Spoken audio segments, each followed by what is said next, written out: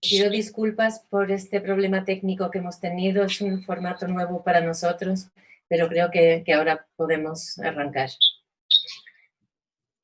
Estoy encantada por este problema técnico de dar la bienvenida. Me parece que no, que todavía... Pero creo que ahora podemos arrancar. No. Estamos... Estoy encantada por este problema técnico. No sale... para nosotros, que todavía creo que ahora podemos arrancar. No. Estoy encantada por este problema técnico. Que todavía creo que podemos arrancar. No. Perdón. Estamos encantados por este problema técnico.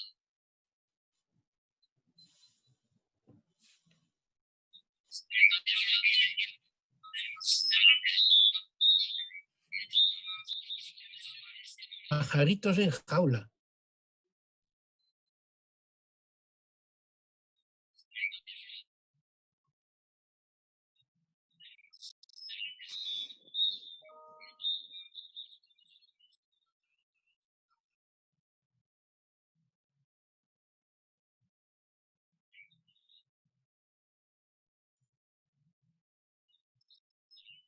¿Podemos empezar?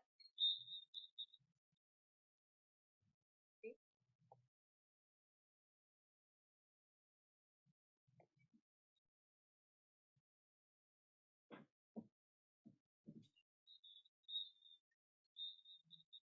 ¿Podemos empezar?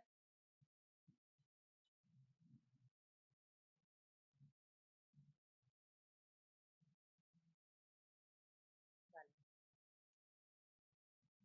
Estoy encantada de darles la bienvenida a este homenaje a muchas voces a Cristian de Pate y a su labor como director del impresionante catálogo del archivo de la Fundación Federico García Lorca, ahora en el Centro Federico García Lorca de Granada. Viendo en este momento la lista de nombres de quienes hoy celebramos la labor de Cristian, junto a sus colaboradoras Rosa Illán y Sonia González, Ahora en el Centro Federico. me parece ver el dibujo casi completo de un mapa. Viendo en este momento La imagen completa de ese mapa representaría a Federico García Lorca y su obra en el mundo. Faltan los nombres y las voces de quienes empezaron la defensa y la construcción del archivo. Mi padre, Paco, mis tías Isabel y Concha, y más tarde mi primo Manolo Fernández Montesinos. Faltan críticos, editores, traductores, poetas y artistas. Pero las personas que nos acompañan hoy han todos ellos construido una parte sustancial de ese mundo tan extraordinario que es la obra de Lorca. Gracias a cada uno de vosotros. Muchísimas gracias, Melissa, por tu dedicación, saber y cuidado al frente de este homenaje. Gracias a CaixaBank por su apoyo. Gracias en especial al Centro Federico García Lorca, que hace posible este acto. Cristian, felicidades, enhorabuena y muchísimas gracias. Pues gracias, Laura. Estoy profundamente agradecida a Laura, la Fundación y al Centro Federico García Lorca por esta oportunidad tan única de poder ver después de tanto tiempo, aunque sea de forma virtual, a nuestro colega y amigo Cristian de Pate. Antes de empezar, me gustaría agradecer en especial al equipo que hace posible que estemos aquí de esta forma, evidentemente nueva, pero que vamos a conquistar. Del Centro Lorca le agradezco a Sara Navarro, Miguel Canales, Rocío Liñán y Marta David, a Gaspar Prieto de Iten Media por su dirección técnica y a Luis Jarrillo y Gerardo García de Manigua por su precioso diseño. De manera especial le agradezco a Laura, quien tuvo la idea, la visión y la determinación de hacer esta realidad, y con quien es siempre un gusto y un lujo trabajar. También mis gracias a los 7 colegas que participan hoy y probablemente están mirando ahora mismo. hacen que sea aún más único este Día Internacional de los Archivos y el homenaje mismo a Cristian. Por esto me lleva al propio Cristian, a quien conocí en los archivos de la Fundación hará unos 25 o 26 años, que parece mentira, y me gustaría presentarte brevemente ahora mismo antes de empezar. Cristian es catedrático de la Universidad Católica de Lovaina, es editor de textos como Poema del Cantejondo y primer romancero gitano, estos dos textos que salieron en el 86 y en el 91 en Clásicos Castellanos. También de Títeres de Cachiporra, que hizo con Annabella Cardinali, esto en el 98, y Poesía nítida de Juventud. Estos dos textos salieron en cátedra, este último en el 2002. Además, es autor de numerosos estudios sobre García Lorca y sobre escritores clásicos como Luis de Góngora y Miguel de Cervantes. Sus cuidadosas ediciones críticas y sus estudios sobre la obra lorquiana han influido de forma contundente en nuestro entendimiento de la obra del poeta. Su labor de dirigir y editar la catalogación del archivo de la Fundación produjo los 8 volúmenes del catálogo general de los fondos documentales de la Fundación Federico García Lorca, con la colaboración importantísima de Rosa María Illán de Haro y Sonia González García. Para investigadores, archiveros, bibliotecarios, estudiantes y el público en general, estos catálogos son herramientas que ayudan a conocer más a fondo la obra lorquiana o también a iniciar nuevas lecturas de la figura y obra de Lorca. Desde 1992, también hacen más transparente y accesible a todos un material archivístico de calidad impresionante. Y como hoy nos dirá nuestro colega Mario Hernández, es un archivo de una riqueza pasmosa. Así que quiero darte la bienvenida, Cristian. Es todo un gusto estar aquí contigo. Gracias. Y podemos empezar a charlar, ¿no? Sí, gracias, cómo no. Muchísimas gracias, Lauri. Gracias, Elisa, por la invitación, que me honra demasiado. Ahora me habéis hecho cartógrafo, por lo que veo, después de ser catalogador, me habéis hecho cartógrafo. Hombre, claro, los catálogos son mapas, ¿no? Ya.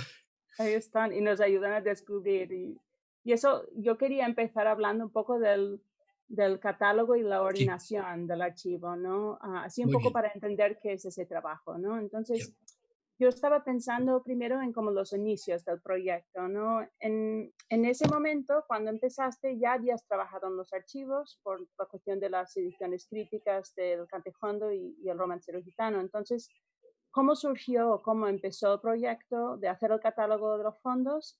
¿Cómo fue esa primera etapa, digamos?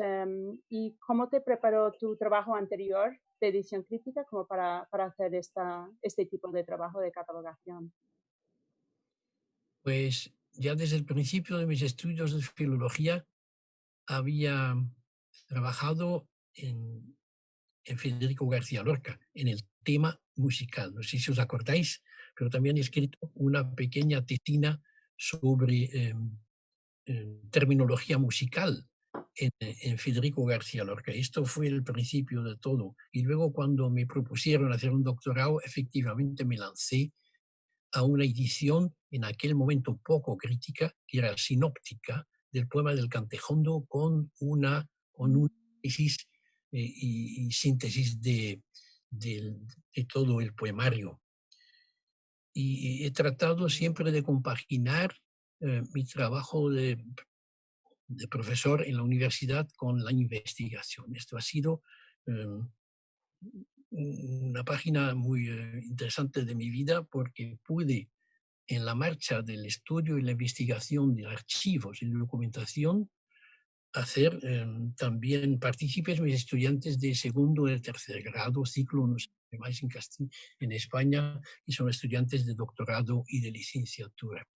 O sea, ha sido una especie de armonía entre lo que pude investigar y lo que fue mi trabajo de docente en la Universidad de Lovaina. Bueno, empezó todo porque un primer proyecto cuando se fundó la Fundación García Lorca en 84, si mi memoria no me engaña, 84 me parece que fue. Sí.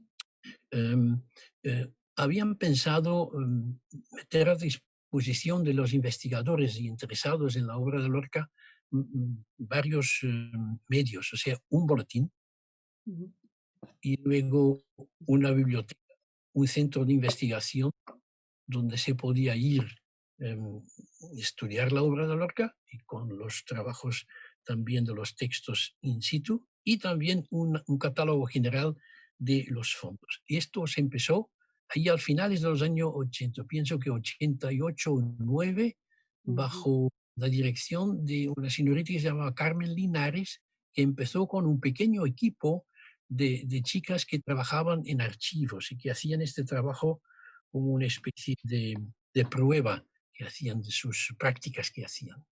Pero al poco tiempo y después de unos meses, si mi memoria me ayuda a recordar lo que tengo muchos años, esto empantanó. Quedó que esto no continuaba bien. Lo que sí que hizo Carmen Linares es proponer una especie de distribución de materiales. Y lo que también hizo fue componer una ficha catalográfica, o sea, una especie de orden de presentación de cada objeto o cada texto. Esto fue el inicio. Y luego, como mientras tanto, yo en 80 y tantos, como has dicho, Melissa había preparado una edición crítica del Poema del Cantejondo y luego estaba preparando la del Romancero Gitano, pues desde la fundación me solicitaron, y fue la tía Isabel, doña Isabel, y don Manuel Fernández Montesinos, que me solicitaron para que colaborase y colaborara en ese proyecto del catálogo. Y así fue el inicio. Me metí al trabajo, me ayudaron al principio ya Rosa, y luego vino un poco más tarde, también vino ya para colaborar, y así avanzamos. Y hemos tratado de preparar primeros números, primeros volúmenes del catálogo ahí por los años 91, 92, 93. Esto fue prácticamente el inicio. O sea, quien ideó el catálogo fue la misma fundación, supongo que don Manuel y la tía Isabel, pienso, y que luego quien lo inició fue Carmen Linares, y luego a mí me tocó continuar y rematarlo dentro de lo que cabía. Pues qué suerte. Es un poco el camino que hizo el catálogo.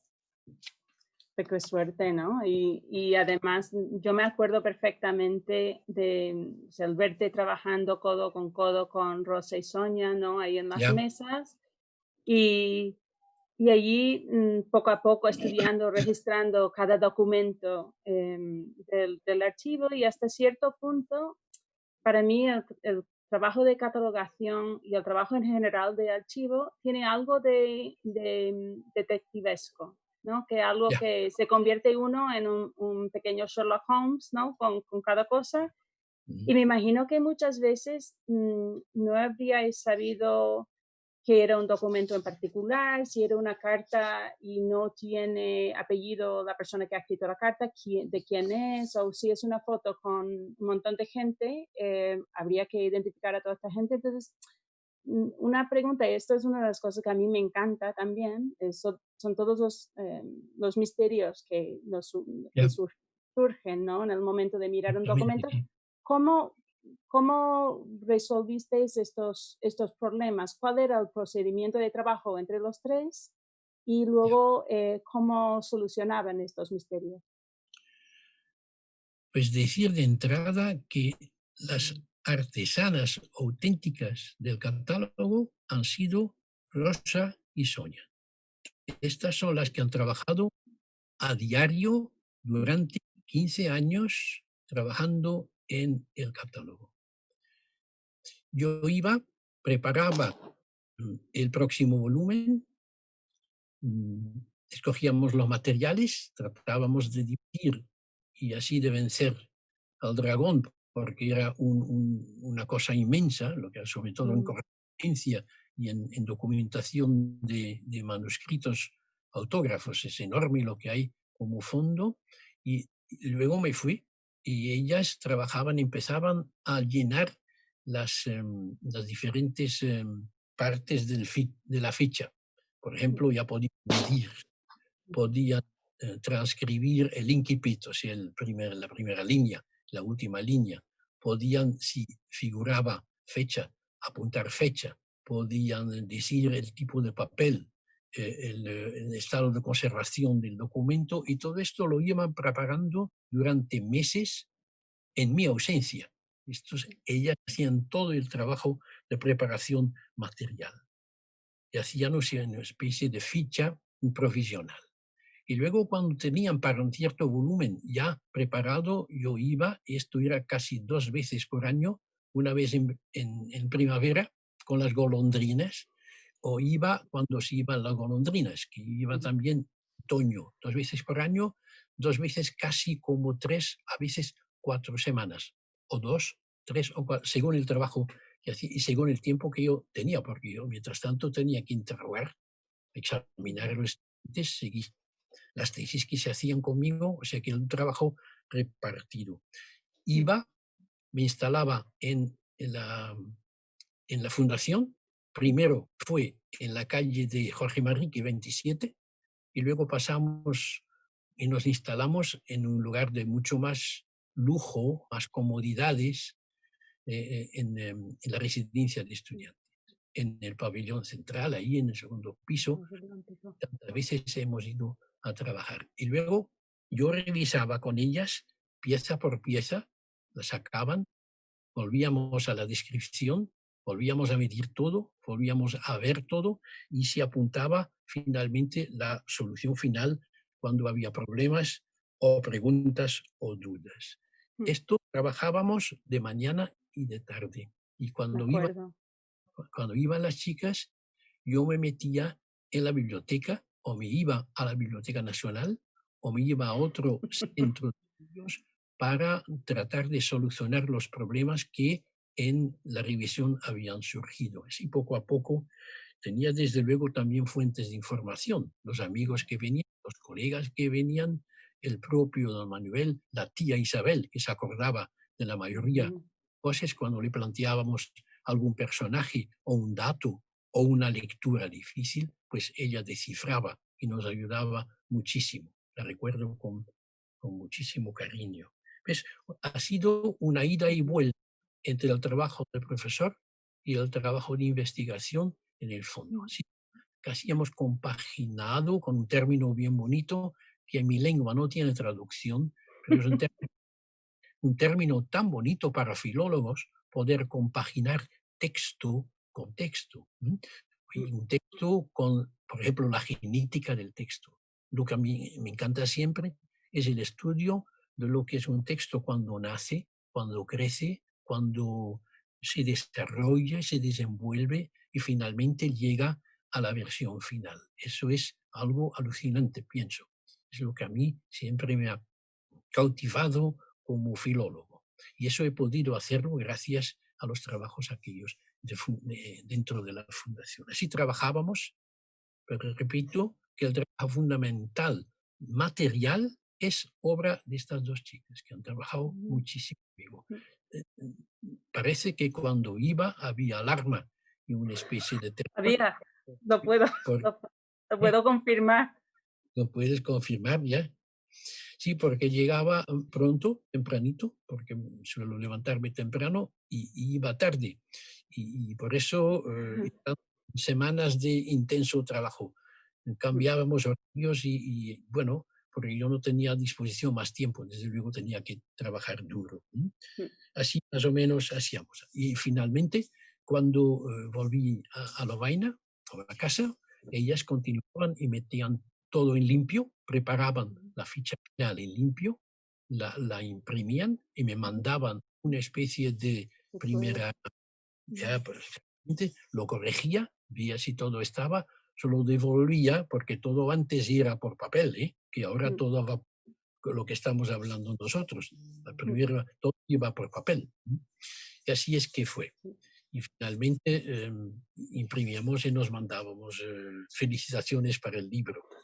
Así fue la cosa. Trabajábamos duro. Y las quiero saludar, no sé si están escuchando o viéndonos, pero las quiero Seguro que saludar sí. y con muchísimo cariño. Sí, seguro que sí. Y yo me acuerdo de esos días largos y uno se iba y seguían y Ya, además los gritos de que viene Cristian, que todo se alteraba, todo el horario se terror, alteraba porque se tenía que trabajar realmente de día a noche. alarma, sí, imponía ritmo, eso es Ponía verdad. ritmo. Ya. Pues Pero mira, bien, a mí me parece que ahora mismo es perfecto, un momento perfecto para escuchar las palabras del profesor Andrew Anderson, quien ah, nos habla desde Estados Unidos, de Virginia, y como se sabe, Andrew es un gran lorquista y editor y autor de estudios monográficos sobre escritores y movimientos de vanguardia en los años 20 y 30. Y vamos a escuchar lo que él tiene que decir, que incluye algo sobre esos momentos de trabajo.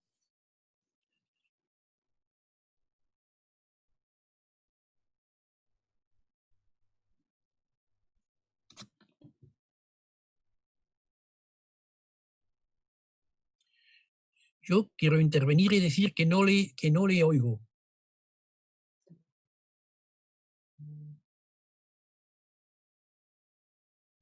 Y recuerdo en particular una frase que oí a menudo. Hola Cristian, ¿qué tal? Es para mí un gran placer estar aquí contigo en este día tan especial. Recuerdo vivamente los tiempos pasados en el último piso del transatlántico, donde estábamos sentados en mesas contiguas, y tú trabajabas en compañía de Rosa y Sonia. Y recuerdo en particular una frase que oí a menudo, sobre todo cuando acometíais un nuevo apartado de uno de los catálogos. Vamos por partes, es decir, dividir y conquistar. Lo que es precisamente lo que lograste hacer con esa ingente masa de material guardada en los archivos de la Fundación, dividida entre 8 gruesos volúmenes y arreglada con absoluta precisión. Lorca es, obviamente, el escritor español más significativo de los tiempos modernos, y por consiguiente su obra y todo lo relacionado con su obra merece un cuidado y atención muy especiales. Tu catálogo imprescindible permite a todos los investigadores interesados saber exactamente lo que hay, es decir, lo que ha sobrevivido. Y en un mundo lleno, ¿no?, de especulaciones a menudo mal fundadas, eso es crucial. Por mi parte, puedo decir que los volúmenes del catálogo han sido un poco como un libro de cabecera y fundamentales a cada paso de mi trabajo como editor y crítico de la obra lorquiana. Tampoco quiero omitir aquí la mención del esmero de las ediciones críticas de Poemas del Cantejondo, Romancero Gitano, Poesía Inédita de Juventud, Tragicomedia de Don Cristóbal y la Señora Rosita, todas obras con sus propias complejidades que quedan desenredadas y precisadas en esas ediciones modélicas. Los libros impresos de Lorca son una cosa, pero son otra los manuscritos conservados en el archivo de la Fundación, hoy incorporado en el granadino Centro Federico García Lorca. A través de ellos, Lorca nos habla aún más directamente. Somos testigos de los momentos de composición y de revisión. El archivo es, por ende, el primer punto de referencia, un punto de referencia muy por encima de todos los otros, en el momento de aproximarse a la obra de Federico. No quiere decir que el trabajo realizado por Cristian constituye la base más sólida para esa aproximación, porque representa mucho más que eso, un fundamento y toda una superestructura. Mis saludos más cariñosos para ti, Cristian, en este Día Internacional del Archivo. Gracias, Andrew, gracias. Me das bonito. una enorme alegría verte en plena forma. Te veo como te conocí hace muchos años. Gracias por tus palabras. Me llama mucho la atención lo que dijo sobre vamos por partes, porque yo también me acuerdo de haberlo escuchado, ¿no? El dividir y conquistar esa masa ingente que dice Andrew, ¿no? Entonces eso me lleva a esta idea de la masa ingente, la idea de que la obra que conocemos parece que es mucha, pero es que el archivo es mucho más grande y además nos da otra visión de la obra lorquiana si pensamos incluso en lo que decías antes sobre la cuestión genética, la evolución de una obra, ¿no?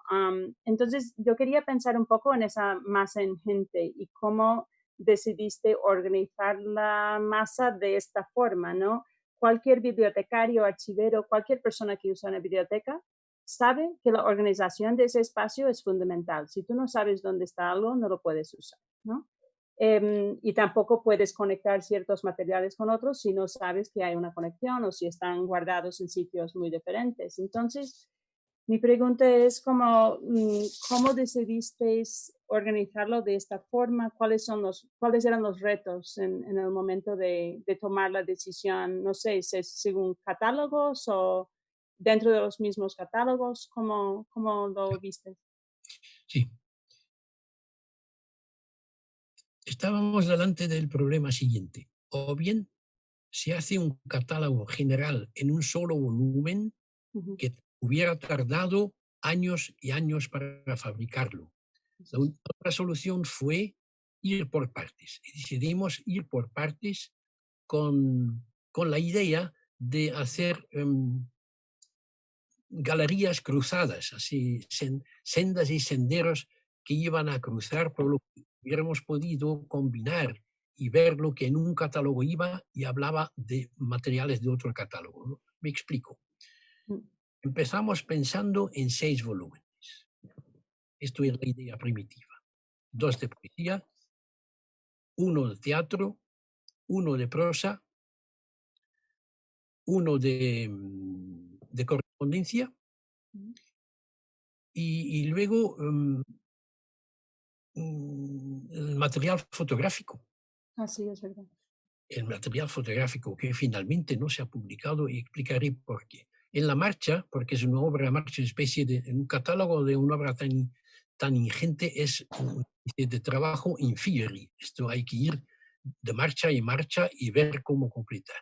Y hemos decidido cada vez de publicar una parte, poesía juvenil, poesía de madurez, como hemos tratado de definirlo, o sea, casi la obra, digamos, publicada, y luego la obra juvenil, poética, y luego hubo una inversión de volumen antes de dar el teatro, hemos dado prosa, y luego hemos pasado al teatro, y luego hemos visto que para la correspondencia hacía falta 2 volúmenes, un volumen que iba con la correspondencia de Federico a sus amigos y otro de las cartas llegadas a él por parte ajena de otros. O sea, hemos hecho ahí 2 volúmenes. Y este volumen de la correspondencia a Federico ha sido casi la muerte de las 2 señoritas Rosa y Sonia.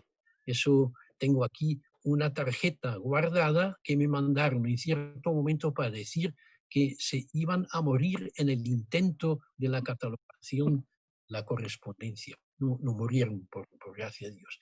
Y luego, o sea que ha cambiado un programa en la marcha. No hemos dudado en adaptarnos a la realidad. Y luego ha venido el volumen también de las documentación y objetos dispersos, varios, que hay un montón, que es la gracia de gran parte del archivo. Son unos documentos imprevistos, de sorpresa, casi cosas extraordinarias que hay allí.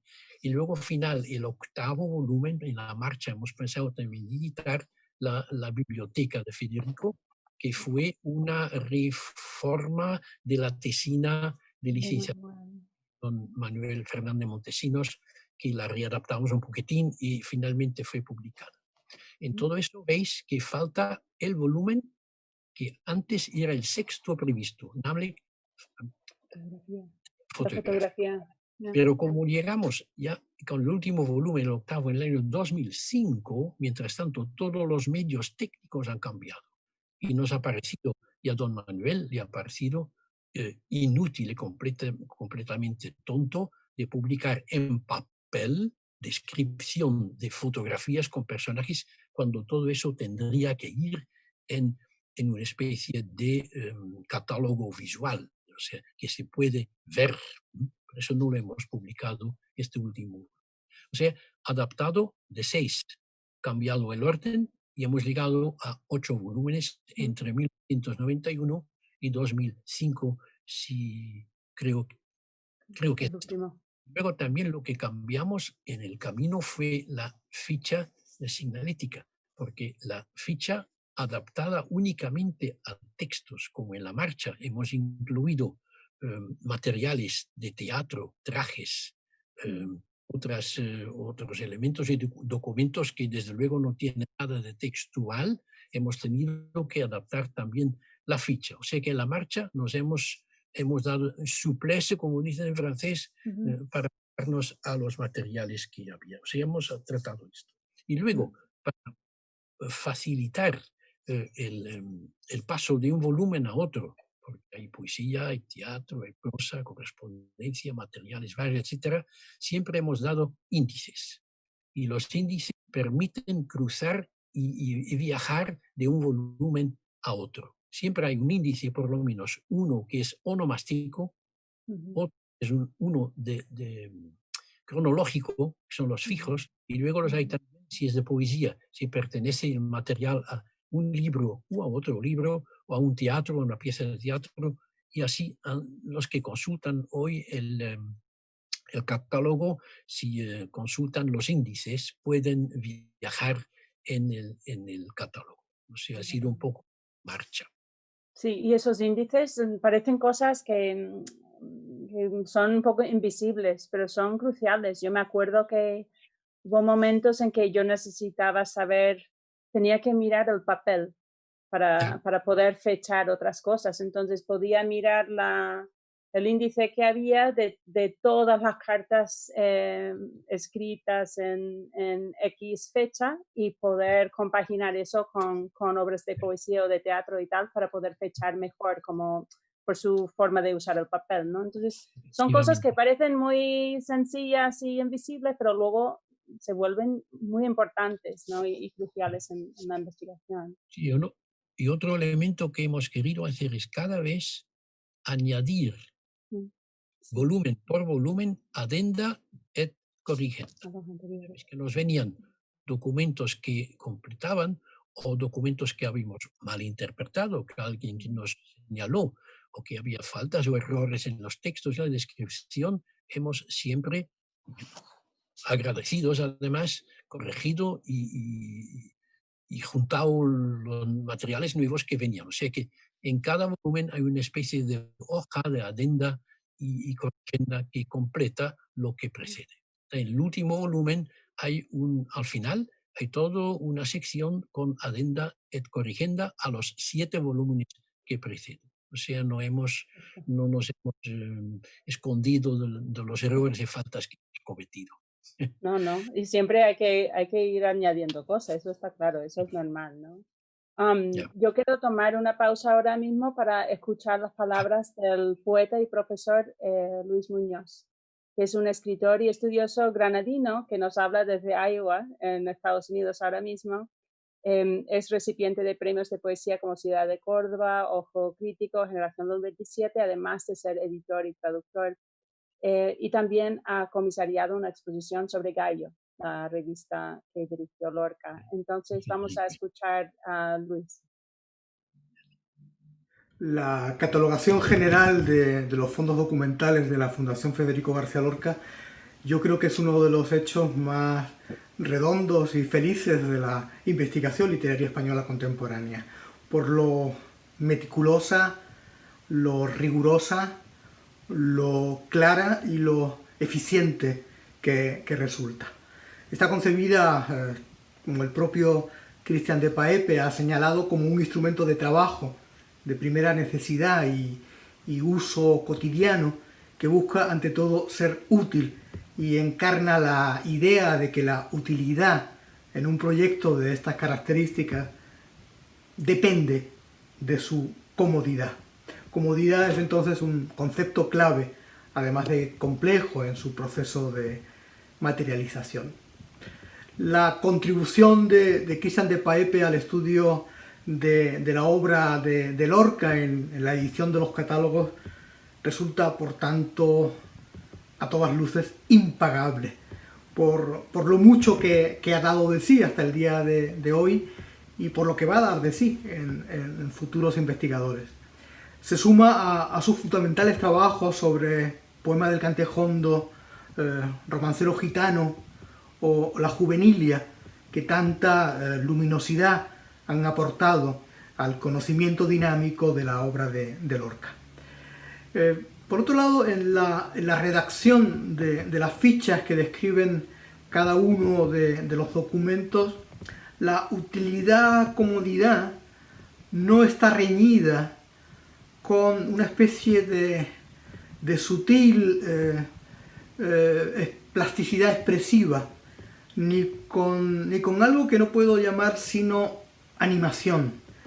Esta animación tiene que ver en primer término con la naturaleza única y transformante de los documentos, pero también con la escritura viva de las descripciones. Imposible no acordarse ahora de la famosa declaración de Lorca en su conferencia Imaginación, Inspiración, Evasión, de que la misión del poeta es animar en su exacto sentido, dar alma, dice. Quisiera poner un breve ejemplo animado, cogido al azar entre cientos de ellos. Documento 28, canción definitoria, para Panda, 1920-1925, canciones. Empieza, para Panda, acaba, Sierra sin caminos, una hoja, 174 por 248 milímetros, autógrafo en verso, cuartilla sin numerar, escrito el recto a lápiz, el vuelto en blanco, título dedicado a Juan Vicens y firma a tinta azul, papel afectado por la acidez con señal de pliegue, debajo de la firma, dibujo de un sol con cara. Ahí está.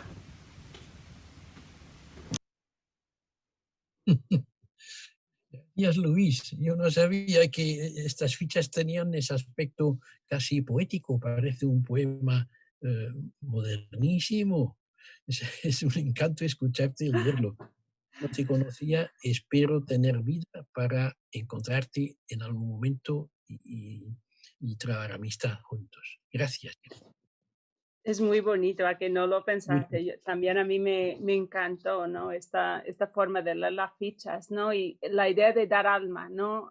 Que la ficha da alma al material también. Entonces el archivo mismo, ¿no? Está como corporalizando vida, ¿no? En cierto sentido. Entonces yo quiero cambiar el enfoque ahora mismo de los catálogos más bien a los materiales mismos, los objetos, los documentos que están en el archivo. Entonces quiero recuperar esta idea de animación que subraya Luis, ¿no?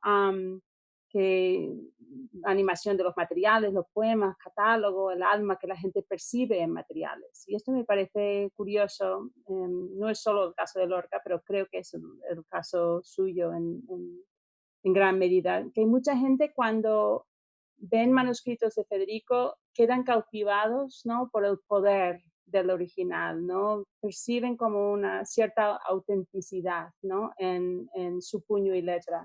Entonces, ¿te pasa lo mismo, Cristian? ¿Tú has visto un montón de originales, de autógrafos?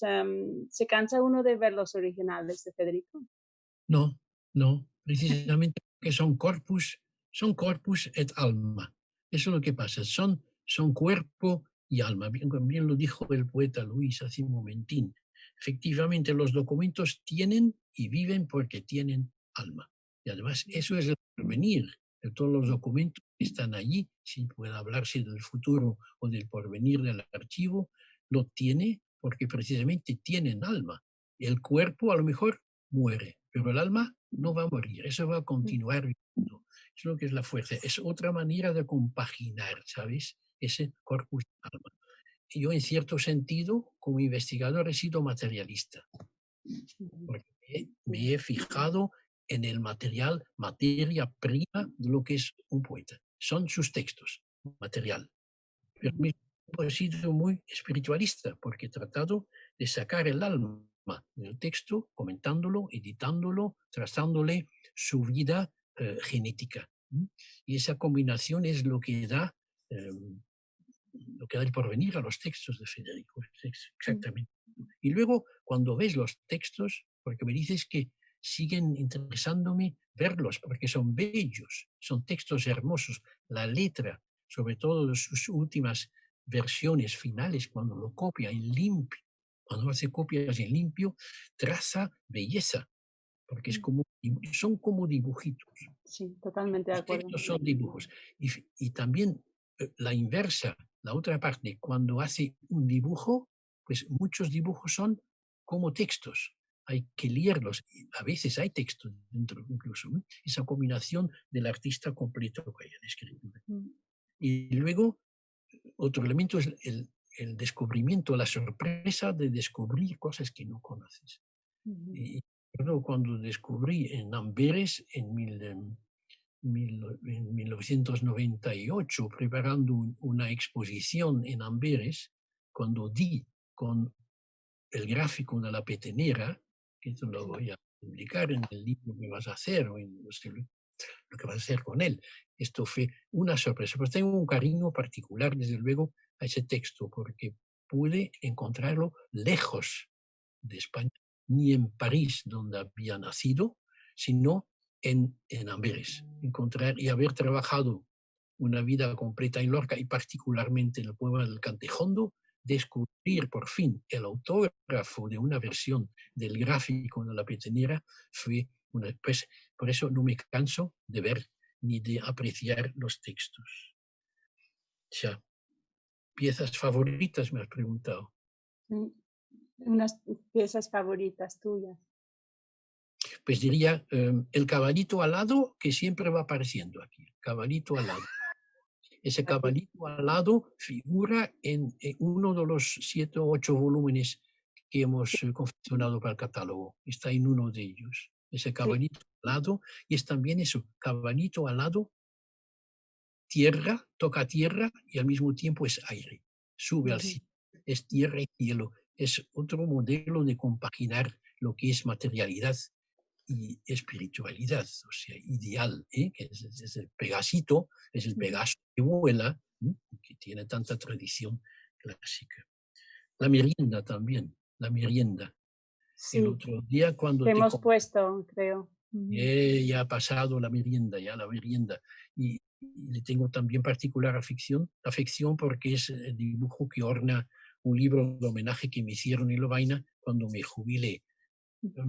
La fundación, don Manuel, me permitió utilizarlo como la carátula del libro de homenaje. O sea, también tengo por eso. ¿Sabes? Son detalles. Otra cosa que a mí me encantaba cuando lo descubrí fue una carta escrita en la corteza de un árbol. No sé si lo has visto alguna vez.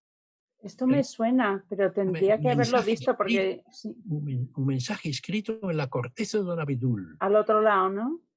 Sí, yo lo he visto hace años. Un sobre, y dentro del sobre hay 2 cosas. Una pieza de corteza con un mensaje. Me parece que Federico escribe a sus 2 hermanas. A lo mejor me equivoco. Parece que es a Vicenta y a doña Isabel que escribía. Y luego añadía una hoja seca del mismo árbol. Laura no se acuerda de esto porque lo habrá visto. Me hemos tocado en mano. Eso es una sorpresa enorme. La naturaleza combinada con la escritura del hombre. Es pues a mí eso. ¿Y tú crees que, Cristian, este tipo de cosas, evidentemente, o sea, un apunte o una nota a alguien en una corteza, esto evidentemente son cosas que la gente no piensa que van a estar en el archivo. ¿Tú crees que en general hay cosas que la gente conoce menos del archivo en términos de objetos? ¿Hay cosas que no se ven tanto? Yo pienso que sí, porque sobre todo en cuanto a decorados que se conservan, a trajes, figurines, por ejemplo, los cuernecitos de la cachiporra, es una cosa... Mira, aquí los... Ahí está Don Perlin.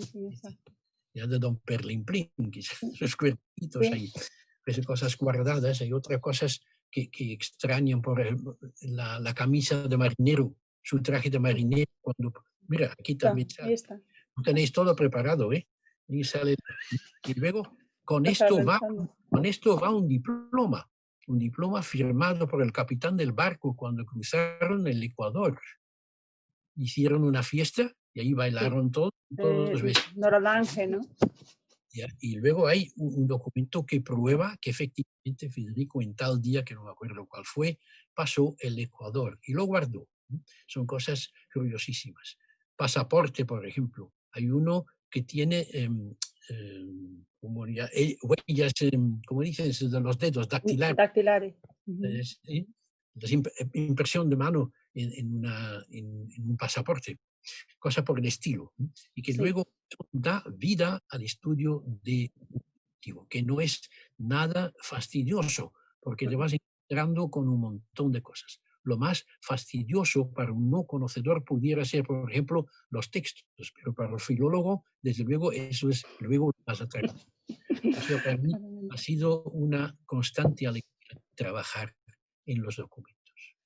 Pues pensando en eso, vamos a escuchar las palabras del profesor Christopher Maurer, que también ha disfrutado muchísimo del estudio de Lorca, es editor, traductor y autor de múltiples textos de y sobre Lorca, como sabéis, y también ha sido comisario de exposiciones como la que estuvo reciente en el Centro de Federico García Lorca hace poco, el Jardín Deshecho, ¿no? Y ahora nos va a hablar Christopher desde Boston. Christopher desde Boston en Estados Unidos. Cristian y Christopher son dos cosas diferentes.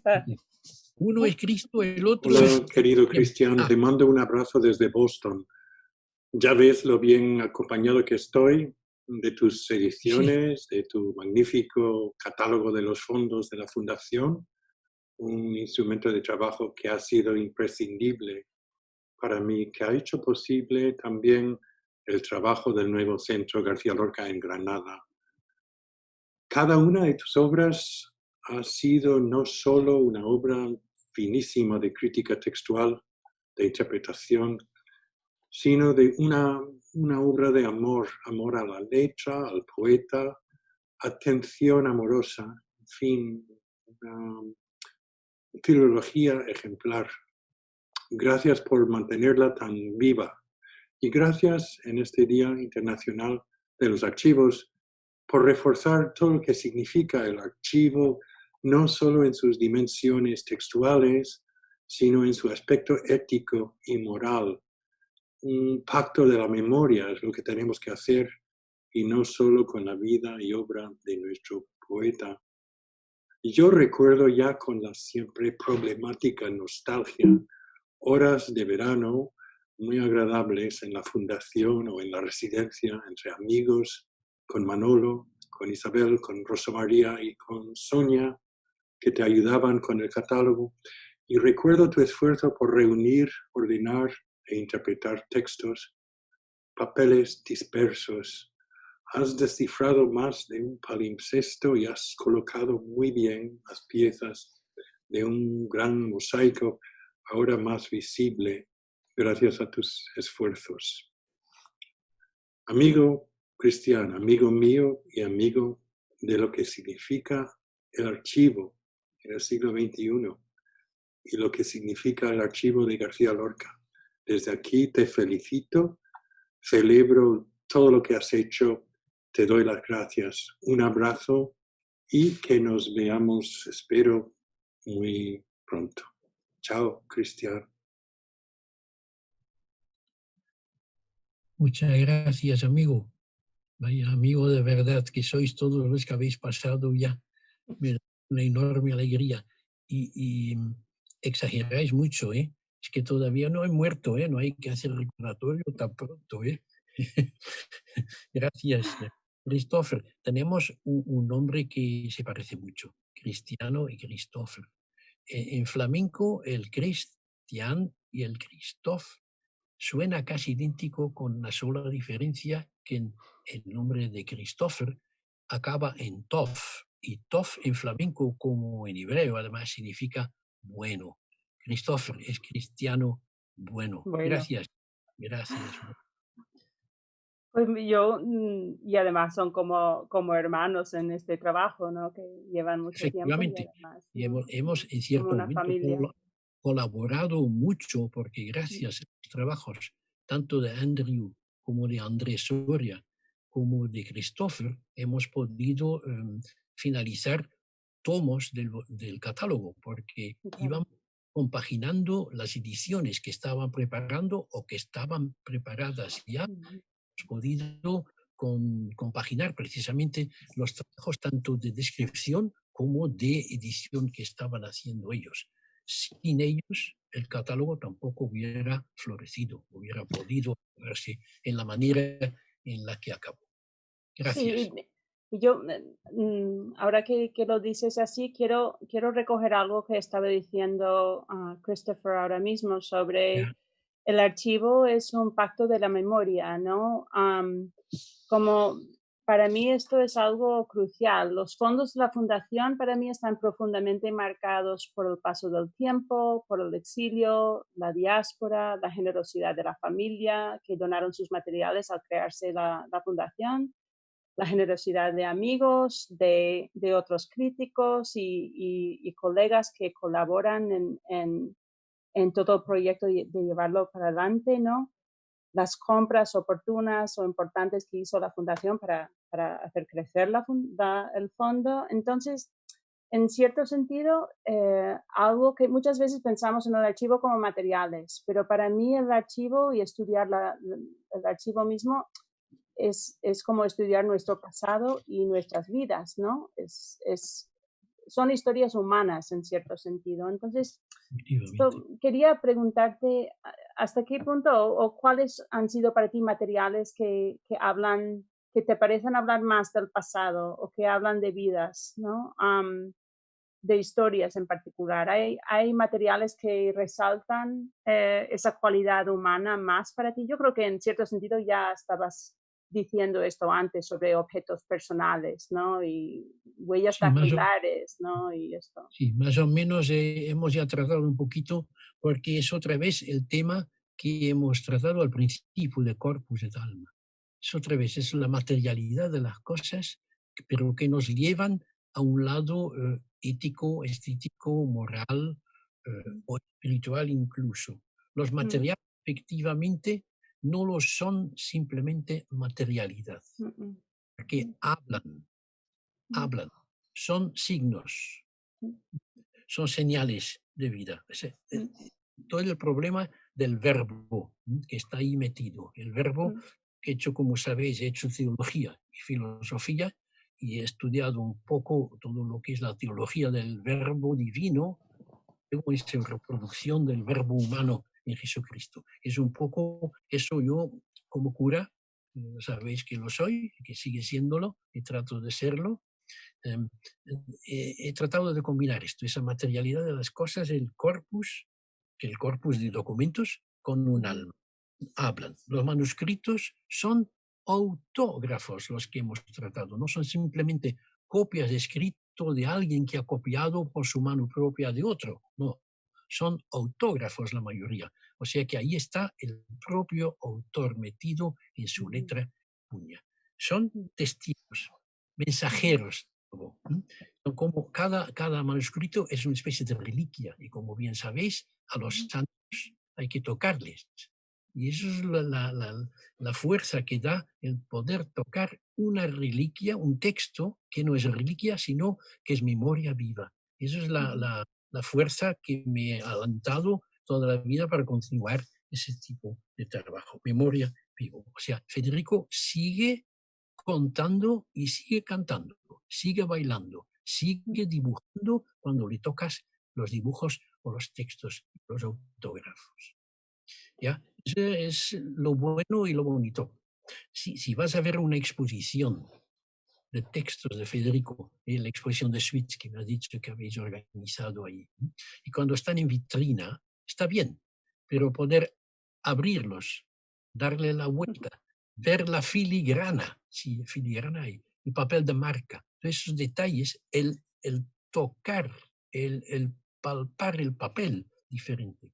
Además, esto nos permite incluso distinguir lo falso de lo verídico, porque en alguna ocasión, de acuerdo, habían surgido textos que hubieran sido, decían de Federico, y hemos podido decidir que no lo fueron, porque por el papel, por la tinta, por la filigrana, por la época de escritura y el papel que empleaba en aquel momento no podía ser. O sea que no es negativo, yo lo veo muy, muy positivo. El material textual tiene alma, habla, y lo ha dicho muy bien Christoph. Y pensando en eso y en esas historias humanas, hemos visto también la imagen de Federico con Miguel Pizarro, por ejemplo, todas estas las familias, los amigos, el alma que tú encuentras dentro de los objetos me hace dirigirnos la mirada un poco hacia otro tema que es el archivo mismo y todo el tiempo que tú trabajaste en el archivo, ¿no? Durante años. Entonces, mi pregunta es, ¿cómo fue trabajar en la fundación? Para mí siempre ha sido un archivo muy particular. O sea, entre todos los archivos donde he trabajado, cada uno tiene su cosa, ¿no? Pero la fundación siempre ha sido un sitio muy particular para mí. ¿Cómo ha sido para ti? ¿Cómo ha sido el ambiente ahí? Pues el ambiente bien lo dices. Ambiente es, en primer lugar, el aire que respiras. Es el ambiente. Y el aire que se respiraba ahí en la fundación fue un aire sano de trabajo. Lo he experimentado, trabajábamos bien y las chicas colaboraban muy bien y don Manuel ayudaba y la gente que pasaba. Un aire de cumplir con una especie de cometido humano. Es lo que reinaba, por lo menos yo lo sentía así. Un aire de familia, eso has insistido, es un aire de familia. Con vocación de conservar lo que era propio de una época, de un personaje de la familia. Conservar, pero también mandarlo a estudiar. No solo conservar, sino dejarlo estudiar y finalmente propagarlo. Esa es la función de todos los archivos. Esa triple misión: conservar, estudiar y propagar. Si se puede cumplir estos tres cometidos, pues el archivo va a vivir mucho tiempo. Que viene Cristian, decía, atención, que viene Cristian. Es el aire que tenían allí cuando yo venía. Pues de 9 a 12 trabajábamos duro. A las 12 nos preparaban un café. Y aquí quisiera contar un detalle, una anécdota de doña Isabel. Siempre preparaban, cuando venía doña Isabel, un café doblemente fuerte que no los otros días. Preparaban un café fortísimo, una especie de expreso que yo no era capaz de beber. Entonces pedía que me preparasen agua caliente y añadía agua caliente hasta llenar toda la taza. Y la tía Isabel me daba, Cristian, el agua fe en vez del café. El agua que viene, el agua fe, me decía. Y tengo aquí guardado, no lo puedo enseñar, un volumen del romancero gitano, de la edición aquella que hicieron para Iberia. ¿Os acordáis? Esa hermosa que me dedicó, la tía Isabel me dedicó un volumen de letra roja, uno de los pocos volúmenes que hay de 1 a 50, me parece que hay, todo con numerito y todo firmado por ella y por la fundación, y me hace una dedicatoria y dice: a Cristian, mi agua fe. Es una cosa hermosa. Y tengo un montón de libros en biblioteca privada, aquí al lado, que tengo aquí un armario lleno todo de cosas de Lorca, y casi la mitad de los libros llevan dedicatoria. Qué bonito. O bien de la fundación, o viendo los escritores y amigos, colegas que pasaban, porque es una cosa del ambiente familiar que hubo allí, y pasaban visitantes, colegas, el hispanismo andaba por casa. Ahí he encontrado filólogos y amigos y compañeros y colegas de todo el mundo, no solo lorquistas, sino del hispanismo internacional. Y como casi siempre residían en la residencia, ahí dormían, se alojaban, como a mí me daban ahí cama y comida y mesa, pues por la noche hablábamos. Y he visto la mitad del mundo del hispanismo ahí gracias a Federico. Eso también es un elemento que quisiera subrayar. Y creo que lo haces con razón, porque era un espacio, tú trabajabas realmente al lado de otros que estaban ahí para hacer la investigación, ¿no? Entonces conocías a mucha gente y además doña Isabel estaba, su oficina estaba como 2 puertas más para allá, Manuel sí. estaba, ¿no? Laura estaba, o sea, hay una sensación, lo que dijiste antes, de responsabilidad también sobre lo que estás haciendo, sobre avanzar el campo, sacar las cosas de una forma cuidadosa, porque mucha gente va a leer esto. Entonces yo creo que eso estaba ahí también, ese compañerismo entre los críticos y la gente que estaba trabajando otros proyectos, estudiantes también, he trabajado ahí al lado de estudiantes, ¿no? Entonces es muy bonito. Sí. Ambiente, hablaste de ambiente no es solo el aire que respiramos, también es el mundo que vivimos. Y ese fue todo el mundillo, el mundo universo de lo que es la investigación lorquiana y la investigación filológica, porque la mayoría de los filólogos de historia y literatura española en algún día han tratado algo de Federico, o sea, pasaban, sabían algo de la residencia, subían, nos visitaban y hablábamos un momentín.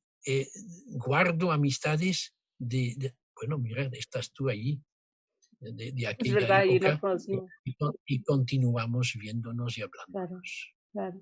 Pues mira, ahora lo que voy a hacer es poner escuchar la intervención de Andrés Soria, porque bien conoce Andrés ese ambiente y la labor tuya allí, ¿no? Andrés es editor de una variedad de textos lorquianos, autor de otros muchos estudios sobre Lorca y la generación del 27. Y comisario también, por ejemplo, de una habitación propia, que es una exposición de despedida y bienvenida del archivo cuando se trasladó de su casa en la residencia de estudiantes al centro en Granada. Entonces vamos a escuchar las palabras de Andrés. Enorme alegría me dará, Andrés, de volver a verle. Para mí, como para muchos otros investigadores, han sido fundamentales las ediciones, en principio. Las ediciones críticas, la poesía inédita de Juventud, el romancero gitano, el poema del Cantejondo. Las ediciones de Cristian de Pape. Pero, a su vez, el primer paso, todo el mundo sabe que para cualquier edición crítica, el primer paso es la colación, el comparar todos los testimonios. Y para suerte de todos, la gran mayoría de esos testimonios impresos y sobre todo manuscritos se encuentran extraordinariamente descritos y ordenados en los 8 tomos del Catálogo General de los Fondos Documentales de la Fundación Federico García Lorca, que es como se llama el conjunto de este catálogo. Cristian fue ayudado por Rosa Illán y Sonia González, y también en cierto momento por Manuel Fernández Montesinos, que se especializó en biblioteconomía. Pero el gran sostenedor de todo ello fue Cristian. La tenacidad, la paciencia, la acribia filológica, en su caso, se juntan con la intensidad interpretativa y se juntan mediante el pegamento de un entusiasmo contagioso. Si, aunque sea banal, recordamos que filología quiere decir amor a la palabra, todos tenemos la suerte de que el idilio de Cristian de Pape con la palabra de Federico García Lorca ha dado unos frutos fabulosos. Gracias. Gracias a ti, Andrés, gracias a ti. Qué contento estoy de volver a verte. Estás impresionante cómo te han tomado así de abajo arriba. Pareces como un gigante, ¿eh? Qué fuerte, qué fuerte. Oye, volveremos a vernos pronto. Ojalá quisiera volver a ver toda esa buena gente. Y yo tengo que confesar que hasta ahora no he entrado en el nuevo centro en Granada. Un día pasé al lado que estaba en Granada y me encontré con la puerta cerrada y no pude verlo. Desde luego, Lauri, me gustaría un día ver el centro, a ver de cómo, Cuenta pendiente. de cómo está actualmente, el ambiente que tiene hoy, si es algo parecido, si es diferente, tal como es. Ya, bien. No, y eso yo creo que lo que Andrés dice sobre el amor a la palabra, ¿no? El entusiasmo contagioso. O sea, todo esto yo creo que acierta mucho Andrés contigo. Yo creo que también es algo que, lo que tú dijiste antes, se respiraba esto también en la fundación, en la residencia, Ya. y lo hacía un sitio muy especial, ¿no? Pensando en esto y ahora hablando del centro, como estábamos hace un momento, quería ahora pensar un poco en el futuro del archivo, ¿no? Que estamos en esta nueva época y el catálogo es impresionante, 8 volúmenes de bibliografía descriptiva de todas o casi todas las piezas del fondo, especialistas y bibliotecarios siguen usándolo. Entonces, quiero saltar ahora mismo a escuchar las palabras de alguien que trabaja intensamente con los catálogos y el fondo de la Fundación hoy en día y muy reciente, quien es el director de la Biblioteca de Andalucía, Javier Álvarez. Javier supervisó y ejecutó tanto el traslado de los fondos de su casa en la residencia hasta el Centro Lorca, esto hace 2 años, ¿no? Y también supervisó y ejecutó su posterior instalación en el centro. Entonces está muy al tanto de los fondos y también ha usado mucho los catálogos. Entonces vamos a escuchar lo que dice Javier. Hola, ¿qué tal? Soy Javier Álvarez, hoy es 5 de junio, es una fecha muy señalada. Les hablo desde el archivo de la Fundación Federico García Lorca, en el centro que lleva su nombre, aquí en la Plaza de la Romanilla, en Granada.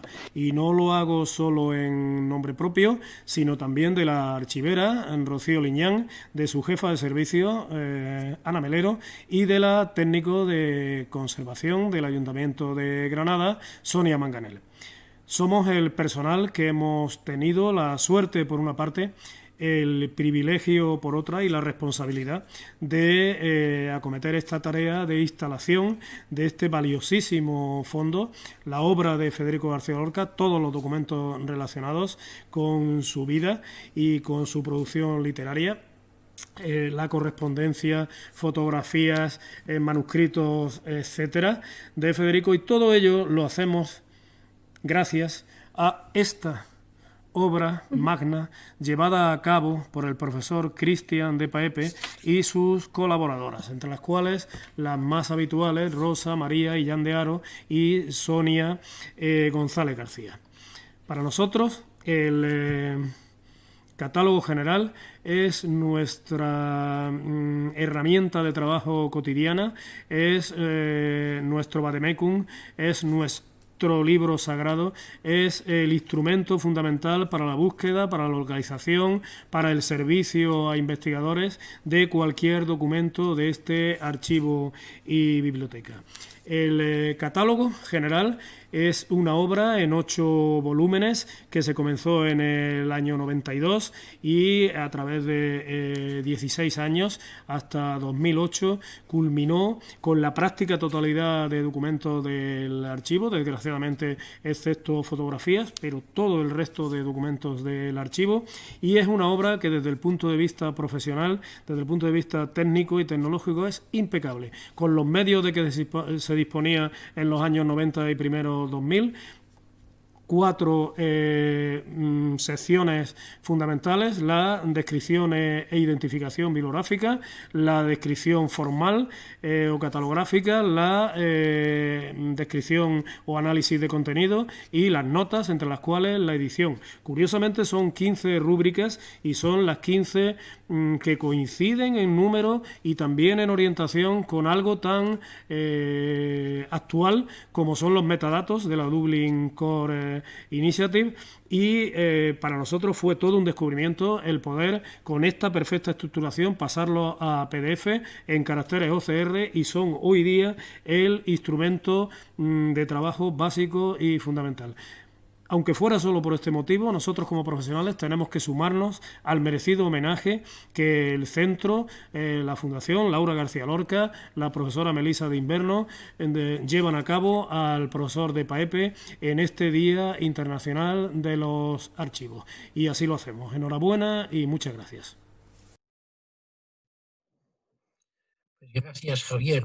A ti tampoco te conozco y espero algún día conocerte también así, más cerca, porque ahora con la distanciación estamos a 1800 kilómetros uno de otro, y espero un día darte la mano y estar un poco más cerca como a los demás que hemos visto pasar aquí delante de nosotros. Muchas gracias. No sabía que coincidimos con los 15 rúbricas, con algo que es, no lo sé, si en los años 80 del siglo pasado en Dublín ya tenían pensado una ficha tan completa como por lo visto hemos fabricado. A lo mejor te copiaron. Me extraña, pero fundamentalmente son los datos que uno necesita, pienso, en la catalogación de un documento. Yo creo que falta algo, de vez en cuando sobra algo, porque algún material, desde luego, no cuadra bien con los 15 puntos de la descripción. Si, por ejemplo, de muñeca, no puedes poner el inicio y el acaba, por ejemplo, digo por caso. ¿Sí? Pero eso me parece importante subrayar eso, ¿no? Que para Javier como instrumento sigue siendo impecable y tremendamente útil, ¿no? Y pensando en eso, me gustaría pensar en el futuro de los catálogos, en el sentido de que, por ejemplo, casi 30 años han pasado. Siguen siendo súper útiles. Yo iba a mostrarte mi volumen muy querido del número 1, que puedes ver aquí, que se siguen usando mucho. Mira, esto es, en inglés se dice very loved.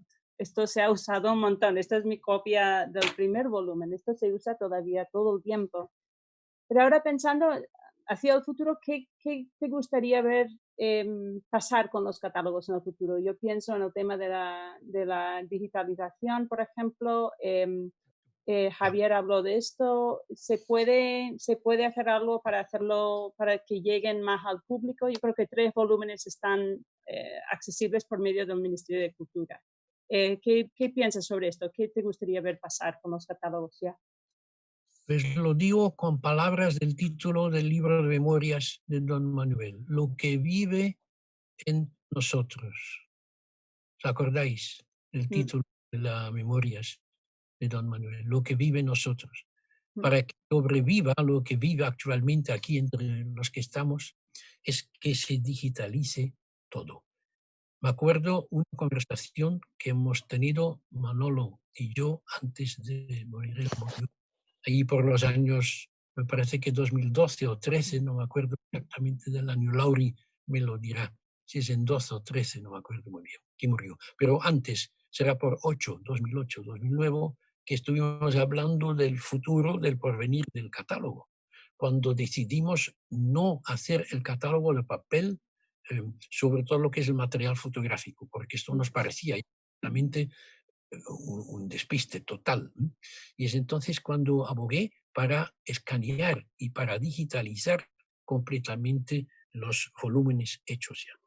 Os acordaréis que los volúmenes abarcan solo de 1898 hasta 1936.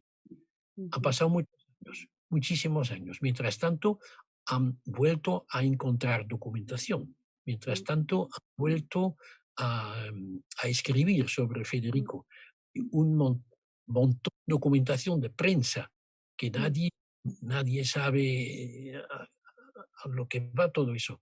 Y luego hay muchísimo escrito en revistas de poquísima circulación. Todo esto habría que buscarlo y meterlo, pienso, en un gran documento digitalizado completo, con los materiales ya descritos por nosotros, luego los fotográficos, añadirlos, porque la descripción está hecha. El material fotográfico, la descripción existe, pero no está en papel. O sea que bastaría con introducirla. Y luego todo lo que no se ha catalogado en los años que después del 2008 hasta ahora hay material nuevo. Archivo de prensa, artículos de revista de poca circulación. Y luego también se podría hacer, lo estoy pensando en estos días que no podemos salir de casa, ni ir a los museos, ni ir a los archivos. Pues nos dejan entrar en los museos. Yo he visitado recientemente el Museo de Gante, he visto la exposición de Jan van Eyck, el pintor flamenco de los años 1400, que nada más que abrir fue cerrada la exposición. Pues si no podemos ir a la exposición viene a nosotros con los medios técnicos. Entonces, dejar acceder al público interesado en Federico gracias al escaneo que se puede hacer de toda la documentación. Eso es lo que sería, pienso, un futuro. Así guardaréis viva la memoria de Federico en su archivo. Es lo que el porvenir que os deseo. Y yo creo que o sea, la residencia ha hecho un esfuerzo tremendo en intentar digitalizar la mayor parte de la parte histórica del legado, de los manuscritos y tal, pero es verdad que para mí el archivo de prensa que se tiene, no solo de la época, que tienen algo, pero quiero decir más, o sea, todo el archivo de después es una joya tremenda y además porque está totalmente enfocado en esa parte del archivo, está enfocada en Lorca y eso es muy difícil. Si no tienes tiempo ni dinero para estar en todos los archivos por todo el mundo y no puedes saber si algo salió en algún periódico, pues ahí está todo recogido. Entonces, estoy de acuerdo contigo, hay muchas facetas que podrían, ahora con tiempo y los medios, ¿no?, tecnológicos, ahora incluir, y eso podría expandir muchísimo más el campo también. Si me permitís lanzar una idea académica, ya no para mí, porque ha pasado ya todo eso, pero hay que encontrar algún profesor o un grupo de profesores de literatura española andan a estudiar a estudiantes de licenciatura, hoy día es lo que es la maestría de hoy, para que hagan tesinas sobre, por ejemplo, el material de la prensa y los textos de poca circulación y que continúen el trabajo. Yo he tenido varios estudiantes que han hecho tesinas de licenciatura, decíamos antes cuando estaba de profesor. Desde luego ahora esto está parado, pero me gustaría que algún colega joven lanzara la idea en España de continuar esta faena. A mí me parece fantástico y esto me lleva al último punto realmente para nosotros, que es sobre el archivo. Yo creo que es normal que mucha gente piense que ha llegado a Granada y está descansando, está conservado bien y está como estático, y me parece natural, como digo, que la gente piense eso, pero hay tanto que se ha dicho de Lorca, se le ha editado mucho, la gente piensa que ya se ha dicho todo, ¿no? Entonces, mi última pregunta realmente es sobre, para ti, si el archivo todavía tiene cosas para revelarnos, ¿no? ¿Qué más nos puede dar el archivo? para mí es un campo abierto realmente, pero ¿cómo lo ves? Me parece que va la pregunta a la que me voy a quedar corto, porque como en los últimos años, desde 2005, más o menos 2007, no he, y lo confieso, y no lo niego, he dejado un poco la investigación propiamente dicha de la obra de Lorca. Cuando uno se jubila, lo sabéis muy bien, forzosamente te separas de algo.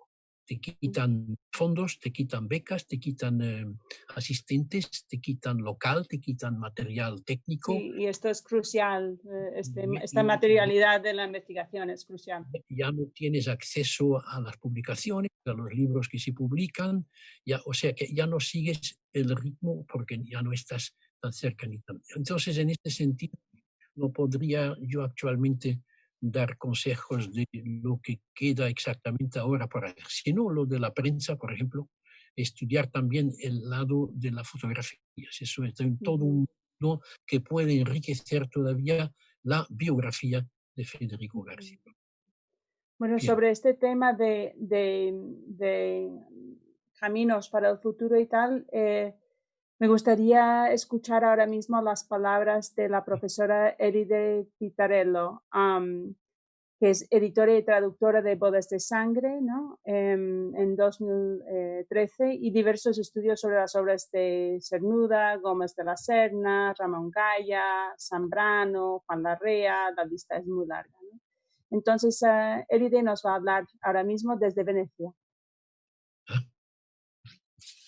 Buenos días, mi nombre es Eride Pitarello, soy profesora de la Universidad Ca' Foscari de Venecia, donde estudié filología española. Le debo mi temprano descubrimiento de Federico García Lorca no a uno de mis profesores de entonces, sino a un médico algo mayor, un humanista que vivía y trabajaba en la provincia de Padua y que al enterarse de mis estudios sacó de su biblioteca la obra completa de Federico García Lorca, editada por Aguilar, y me regaló este tesoro, la cuarta edición enriquecida de 1960. Recuerdo que me llamaron la atención los dibujos, las partituras musicales, los muchos testimonios que excedían el texto literario.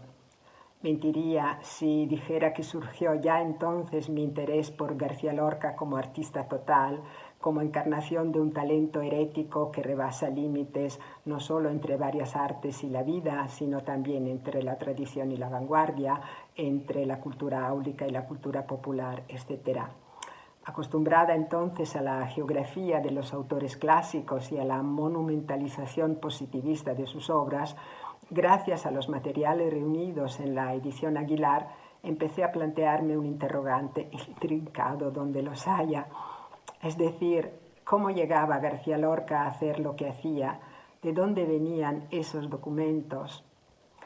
Fue mi primer atisbo de un archivo y de la multiplicidad de causas y azares que se entrelazan antes de que una obra tenga lugar. Desde que llegué a ser profesora, la presencia de García Lorca en mis programas de enseñanza fue una constante, pero tardé años en escribir sobre él porque cuanto más lo estudiaba, más me parecía difícil de abordar. Finalmente rompí el hielo con un trabajo sobre la autorrepresentación en Poeta en Nueva York y ya entonces tuve que acudir a los dibujos y a las variantes de algunos poemas. Fue en pequeña escala una práctica del montaje de varias competencias que luego llevaría a cabo para preparar la introducción a mi edición italiana de Bodas de Sangre, que traduje usando el texto fijado por Mario Hernández. Fue una tarea de varios años y consultar el catálogo de Cristian de Pape en la fundación, alojada entonces en la residencia de estudiantes, representó una experiencia aventurera. No solo encontré lo que buscaba, por ejemplo, información detallada sobre la relación de García Lorca con Manuel de Falla por un lado y con Barradas, Dalí y Buñuel por otro, sino también noticias que no sabía que necesitaba, como por ejemplo las relativas a la biblioteca del autor, aparte de la bibliografía secundaria fundamental. Al final, muy agradecida, tuve que rendirme ante la evidencia de que el catálogo de Cristian de Pape y el archivo de la Fundación son para mí una estructura abierta a lo que no sé todavía. Lo mucho que se atesora allí encierra la oportunidad de explorar con nuevos planteamientos teóricos la función autor en relación con la obra insisto, la obra entera conocida de Federico García Lorca en sus múltiples contextos. Muchas gracias. Muchas gracias, colega. Otra persona desconocida por mí que me gustaría conocer un poco mejor. Algún día espero, profesora, que Elide, me parece que se llama, ¿no? Elide, que podremos encontrarnos y trabar amistad. Muchas gracias por sus palabras. Ya. No, solo iba a decir que a mí me parece importante también que vayas viendo a la gente que el trabajo ha tocado, ¿no? Que uno a veces estamos aquí trabajando y a menos que uno conozca a alguien o establezca una relación en la biblioteca o en la fundación, en la residencia, pues la verdad es que uno a veces no sabe y ha llegado a muchísima gente. Entonces me parece importante. Algo que quería recoger de lo que decía Elide, no sé qué pensaste tú, es esta idea de lo que estábamos hablando, de lo que ella dice, me encantó, una estructura abierta a lo que no sé todavía. Ese es el catálogo para ella. Es como un cofre del tesoro, pero también es como marca lo que tienes y marca todo lo que no sabes. Y eso para mí es lo más impresionante. Te da ese chute de energía, ¿no? Cuando te das cuenta que, yo no sé qué es esto, ¿no? Es ese futuro. Me alegra mucho saber que la gente sigue continúa consultando el catálogo, que hay algunos que lo llaman una caja de tesoro.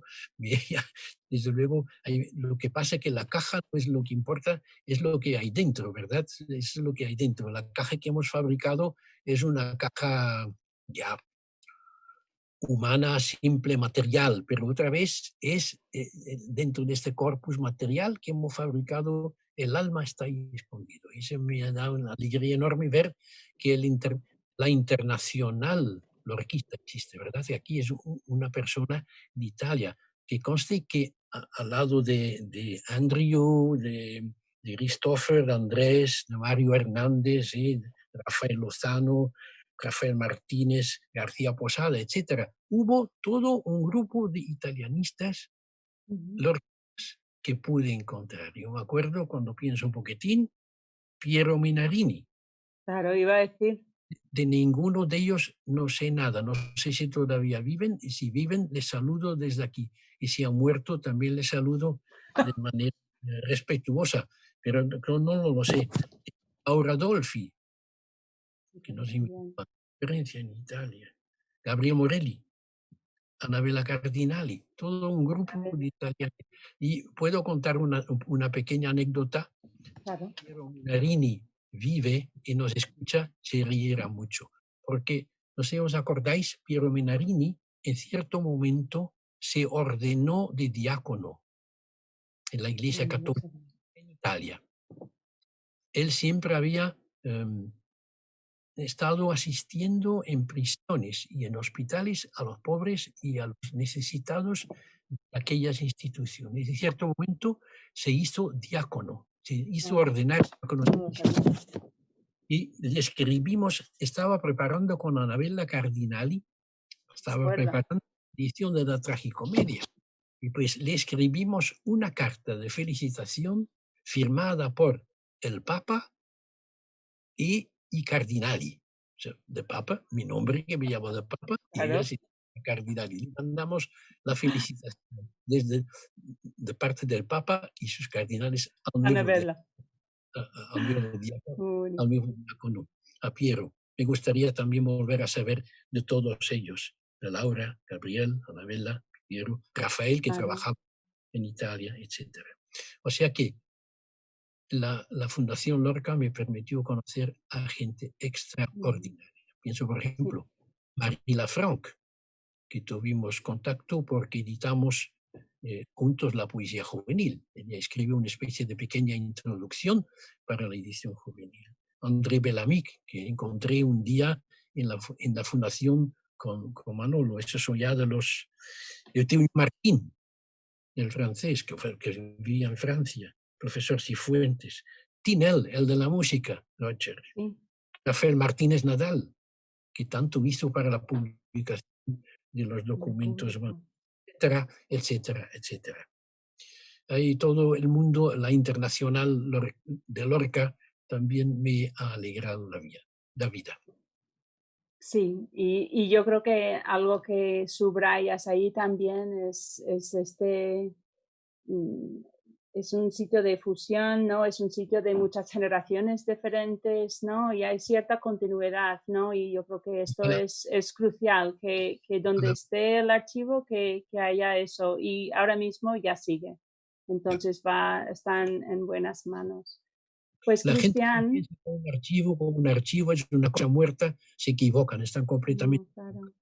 Desde luego hay archivos muertos, los hay. Yo visito mucho a los archivos y veo muertos, cadáveres, pero también veo archivos que viven, que vuelven a la vida y que nos siguen enseñando lo que fue a ser el mundo. ¿Sí? A todos los que han participado en el último momento, antes de que nos despiden, os voy a dar a todos un abrazo a poca distancia, ni 1,5 metros, ni kilómetros, de mano a mano, un abrazo muy apretado a todos. Muchísimas gracias. Hombre, y muchas gracias a ti. Yo creo que Laura va a entrar ahora mismo y nada, muchísimas gracias de mi parte, que he disfrutado muchísimo de verte, de escucharte y también de aprender, porque algo que ha faltado, de hecho, es la historia de la construcción del archivo.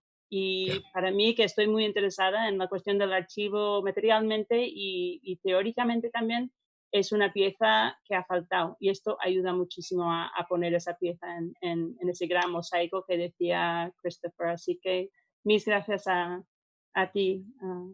Gracias, Melissa, por la iniciativa que habéis tomado, que me habéis hecho mucho honor, que no me lo merezco. Hombre, claro que sí, claro que sí. Bueno, estaba. Pues antes de dar la entrada a Mario Hernández, que será el último en hablarnos, quiero daros las gracias a todos y prometer la digitalización del catálogo, que es algo que ya teníamos previsto, aprovechar para pedir ayuda en ello y deciros que ha sido para mí muy emocionante hacer este recuerdo de toda la historia desde los principios de la fundación hasta hoy, el archivo en su nueva etapa, y también con la ilusión y la seguridad de que esta serie de estudiosos, de personas que con tantísimo amor y dedicación han estado trabajando sobre los archivos de la Fundación, con esa seguridad de que va a seguir y que van a seguir acudiendo al Centro García Lorca y pensando que tiene mucho futuro en esta nueva etapa. Pues gracias a todos y ojalá. Gracias y un beso. Un beso. Un beso. Pues vamos a cerrar este evento con las palabras del gran orquista Mario Hernández, que de una forma maravillosa junta tanto el homenaje a Cristian con la celebración del archivo mismo, ¿no? Las palabras de Mario que vamos a escuchar son muy poéticas y para mí constituyen una exploración de la memoria, ¿no? Nos llevan a la construcción del archivo en una etapa anterior a la fundación y nos recuerdan que el archivo, algo que hemos enfatizado ahora mismo en esta conversación, nos recuerdan que el archivo y este archivo en particular siempre encarna una experiencia humana, una historia vivida. Bueno, te dejamos y os dejamos a todos con las palabras y las evocaciones de Mario Hernández. Muchas gracias a todos. Gracias, Mario. Gracias de antemano. La figura y trabajo de Cristian de Pepe, que hoy he recordado en filo homenaje por el Centro García Lorca de Granada, me trae indefectiblemente un cúmulo de recuerdos, unidos unos con otros como las hojas de un árbol antiguo y poderoso. Creo que el propio Christian me disculpará que haya elegido una breve rama de ese árbol seco y siempre verde como contribución a este homenaje de muchos. El que hoy se denomina comúnmente Archivo García Lorca, cuyos orígenes vienen ahora en mi memoria, nace para mí en una primera imagen hacia 1974, en un hermoso piso de la calle Miguel Ángel, en el centro del Madrid moderno, donde habitan Francisco García Lorca y su familia, vueltos definitivamente de Estados Unidos, donde han vivido voluntariamente exiliados. Francisco García Lorca es entonces profesor emérito de la Universidad de Columbia en Nueva York, y su pasado diplomático y académico se revela en su elegante reserva, no exenta de calor y de inteligencia. Sin subrayados innecesarios, uno percibe en él lo que el verso popular llamó la luz del entendimiento. Las paredes de esa casa están adornadas con dibujos del poeta, que seguiré viendo en años sucesivos en la misma casa, ya regida por Laura de los Ríos Giner, viuda de Francisco desde mayo de 1976, con la de Isabel García Lorca, sus calculadas y temblorosas líneas en tinta china, los colores vivos al pastel o con lápices de color, me trasladan a un tiempo remoto y mítico, pero también a la sombra de un poeta asesinado en la flor de su vida y en un tiempo que no deja de estar dolorosamente vivo para todos. De esos días de mediados de los 70, recuerdo la cita en aquella casa del editor y otras personas que van a formar parte de un proyecto que quedará inconcluso, la edición crítica de la obra poética lorquiana, que fructificará en unos pocos volúmenes. Un detalle se me queda indeleblemente grabado en la memoria: los rollos de microfilm sobre la mesa de Francisco García Lorca. Allí reposan los manuscritos poéticos que forman parte esencial del trabajo programado. Conozco en ese momento, fugazmente, a Manuel Fernández Montesinos, pero el dato central que ahora quiero evocar es otro. El poeta juglar y su familia han preservado un fondo de archivo de una riqueza pasmosa, como iré sabiendo con el tiempo. Ese poeta ha actuado, dejando ahora a un lado precisiones y matices, como un serio hombre de letras que es dueño muy consciente de sus manuscritos, al igual que guarda todo lo que tiene relación con su mundo creativo. En eso sigue unas pautas que no difieren en esencia de las que obedecen Juan Ramón Jiménez o Jorge Guillén, poetas casi avariciosos, sobre todo el moguereño, de su propio pasado. El supuesto juglar solo lo es a medias, como ya detecta Guillén en su temprano Federico en persona, semblanza y epistolario, publicado por primera vez en versión completa y no censurada en el Buenos Aires de 1959. Solo un archivo personal como el de Jorge Guillén, que se agranda con testimonios de familiares y de amigos, puede dar lugar a un libro tan rico como el citado. Una segunda estampa. Leyendo algún tiempo después una biografía de Falla escrita por el granadino Manuel Orozco Díaz, aparecida en la editorial Destino de Barcelona en el año 68, advierto que este da un dato hasta ese momento no tenido en cuenta por los estudiosos de Lorca. El autor de Noches en los Jardines de España y del concierto para clave recibió del joven poeta el argumento detallado de lo que habría de ser una ópera cómica en colaboración, de aires italianizantes y raíces andaluzas, La Calesera o, finalmente, Lola la comedianta. El recuerdo de Rossini y de Manuel García se vislumbra en la lejanía, sin querer hablar de dependencias concretas. Es tan solo una atmósfera romántica remota, con una mirada que trasciende la de un Serafín Estébanez Calderón para entrar directamente en la fiesta, en el corro, en el canto. No es testigo el poeta, más bien partícipe, y con una actitud intelectual que ya es otra, con desdoblamiento de quien se siente dentro y fuera a la vez, rigiendo siempre lo que hace. Manuel Orozco había tenido en sus manos un manuscrito que describe, por lo que deduzco que entre los papeles de Falla del poeta tiene que haber rastros tangibles de ese trabajo conjunto del que se tienen vagas noticias, entre ellas que no había pasado de mero proyecto. Por incitación del mismo Lorca, como contará Gerardo Diego, Don Manuel musicaliza en 1927 el famoso soneto a Córdoba de Góngora, o excelso muro, o torres coronadas de honor, de majestad, de gallardía. Pero no llega a fundir su creación con la del joven granadino, en quien dejará, no obstante, una huella decisiva. A la búsqueda de esas páginas, recuerdo confusamente que hubo primero una consulta a Maribel Falla por parte de Isabel García Lorca por si en el archivo del músico quedaban huellas de la ópera cómica proyectada. Hubo un segundo momento al que fui amablemente invitado, la consulta directa de los manuscritos lorquianos. No era entonces una cosa sencilla. La seguridad de esos papeles había obligado a su reserva en un banco. La amistad y mediación de Emilio Gómez Orbaneja, catedrático de Derecho Procesal y amigo desde su juventud de Jorge Guillén, de Pedro Salinas y José Antonio Rubio Sacristán, determinó una elección, el Banco Urquijo, donde Orbaneja ocupaba cargos directivos. Allí trabaja también José Antonio Muñoz Rojas, que no se sentiría a disgusto con la decisión tomada. Pero el banco no tiene un lugar específico para guardar aquel tesoro y el recipiente que lo contiene, familiarmente conocido como la maleta de piel de cerdo con los manuscritos de Federico.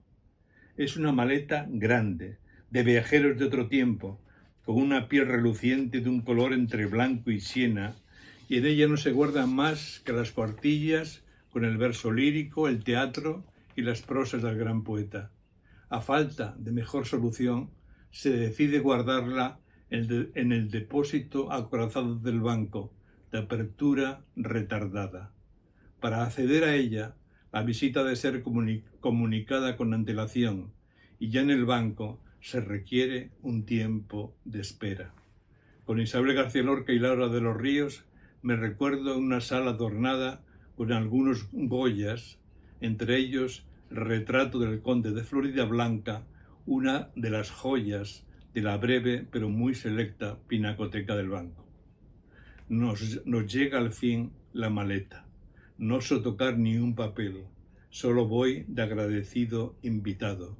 Las dos amigas, a quienes el poeta había dedicado sendas canciones antes de que se hermanaran con lazos de sangre ya en suelo americano, encuentran pronto lo que buscan, el desarrollo argumental de la operita, escrito con letra aplicada y clara, muy diferente de la de los borradores espontáneos. Junto a este manuscrito unitario, ya anotado brevemente por Falla, aparece en apunte algunas escenas en las que se engarza un romance que pasará al libro de canciones, La niña del bello rostro. Junto a la baladilla de los tres ríos, ese exquisito romance, que rivaliza con cosas de Gil Vicente o de Lope, forma parte de un continuum que desemboca en el primer romancero gitano, pero que a la vez suponen la visión, teatralización y musicalización de una estilizada y soñada Andalucía que Falla y Lorca están inventando en su obra. Ambos se acogen a una tradición refinadamente culta, pero que puede beber en manantiales tradicionales, vivos o del pasado, con la buena sombra de quien sabe hallar la vena más pura y transparente. Me estoy yendo de los archivos en papel, pero este brevísimo apunte no me permite otra cosa, pues de lo que se trata es de buscar el sentido histórico, la palpitación de unas cuartillas mordidas por las injurias y desorden del tiempo.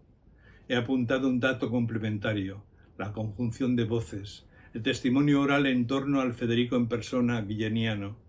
La memoria es fiel e infiel a su manera, pero perpetúa la impresión fugaz de una persona. Muy consciente de sus límites, Lorca dice en su verso a Ignacio Sánchez Mejías: yo canto para luego tu perfil y tu gracia. No dice para siempre. Ese luego, como creo que notó Francisco García Lorca, es más voluntariamente impreciso, a la vez que más exacto. Se desprende de la medida desmedida y tópica para atender a la posible y abarcable.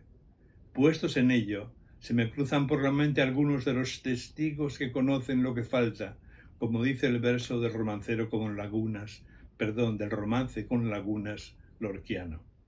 La memoria infiel añade matices y vivencia y aliento a lo que el papel ha podido transmitir. Por eso me permito evocar ahora una última estampa, acudiendo a un hecho que atañe a vivencias compartidas, tantas veces compañeras del registro documental. Recuerdo y no recuerdo, que dijo Blas de Otero, una tenida en casa del arquitecto José María García de Paredes y de su mujer Maribel Falla, con Isabel García Lorca, Laura de los Ríos y Manuel Ángeles Ortiz. El paso por Madrid del pintor y amigo es el que determinó la reunión a la que tuve la suerte de asistir. No sé si de manera predeterminada, la conversación giró en torno al recuerdo del concurso de Cantejondo, evocado por Manuel Ángeles con memoria fidelísima.